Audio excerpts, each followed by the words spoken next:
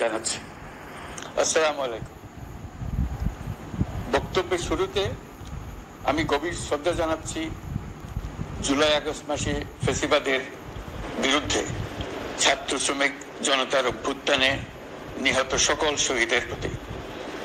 আমি আরো স্মরণ করছি তাদের যারা ফ্যাসিবাদী শক্তির প্রাণঘাতী অস্ত্রের সামনে হিমালয়ের মতো দাঁড়িয়ে অন্যায়ের প্রতিবাদ করে মৃত্যুকে আলিঙ্গন করেছে, আহত হয়েছে, পঙ্গুত্ব বরণ করেছে, হারিয়েছে তাদের চোখের দৃষ্টি।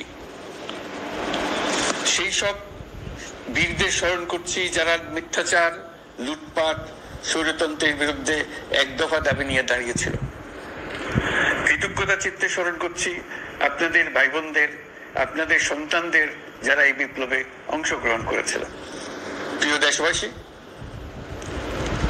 আমি আগেও জানিয়েছি, আবারও জানাচ্ছি, গণ অভ্যুত্থানে সকল শহীদের পরিবারকে পুনর্বাসন করা হবে।